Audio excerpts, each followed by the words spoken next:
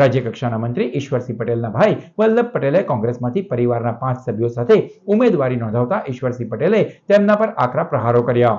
ભરૂચના હાસોટ તાલુકામાં સ્થાનિક સ્વરાજ્યની ચૂંટણીને લઈને રાજકીય માહોલ ગરમાયો છે।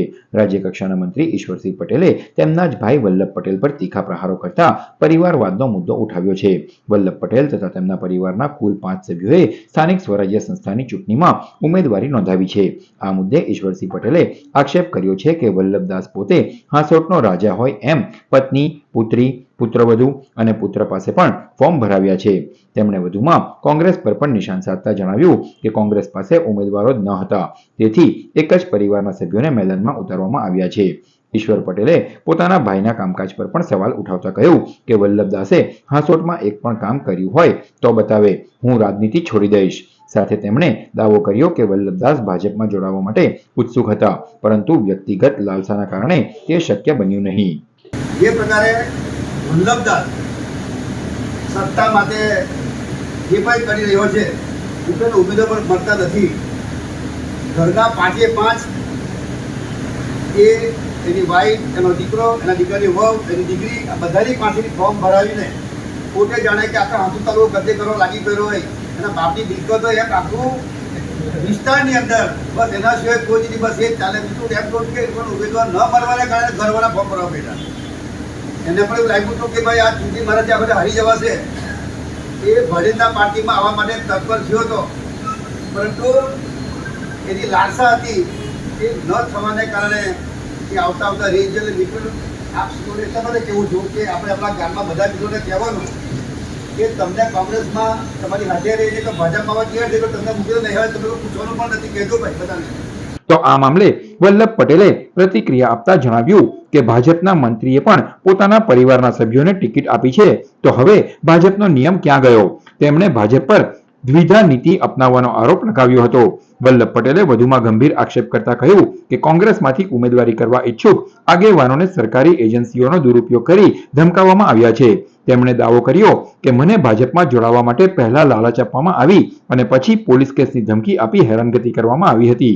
વલ્લભ પટેલે મંત્રી ઈશ્વરસિંહ પટેલના કાર્યકાળ દરમિયાન મોટા પાયે ભ્રષ્ટાચાર થયાનો પણ આરોપ લગાવ્યો છે। આ આક્ષેપોથી સ્થાનિક રાજકારણમાં ખળભળાટ મચી જવા પામ્યો છે।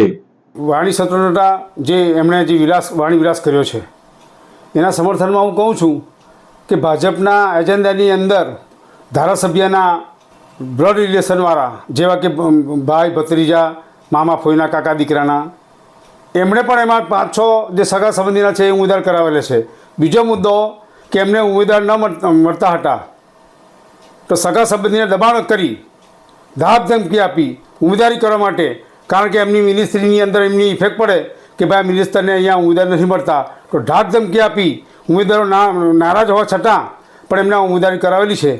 તો કોને ઉમેદવાર નથી મળતા અને કોણ છે? બીજો મુદ્દો કે ભાજપ જે હિન્દુત્વના નામે પ્રચાર કરતી હતી, હાલ આ જે હિન્દુઓ ઓછા પડવાના કારણે કોંગ્રેસના જે વિચારસરણીવાળા છે એમાં 182માંથી 62થી 65 જે ધારાસભ્યો છે એને ભાજપમાં લાવી એ આ સત્તા હાંસલ કરવાનો આ લોકોનો મેની મુરાદ છે।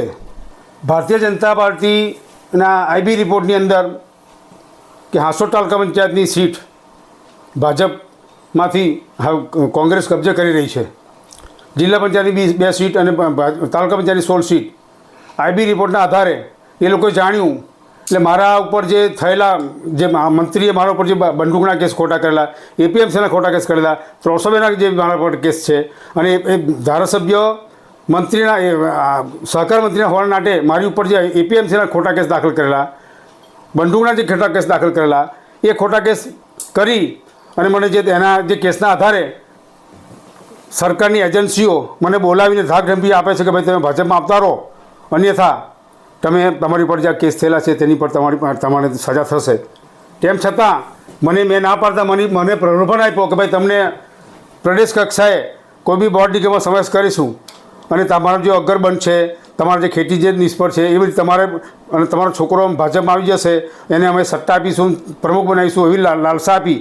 તેમ છતાં એ લોભ લાલચથી જે લાલચવાળા જે છે એ કોંગ્રેસમાંથી ભાજપમાં ગયેલા સત્તા માટે, અમે ભાજપમાંથી કોંગ્રેસમાં આવેલા છે, અમને એવી સત્તાની કે એની કોઈ નથી, કારણ કે અમારી જે અમને આર્થિક અને માનસિક નુકસાન થયું છે ભાજપના રહેવાને કારણે થયું છે।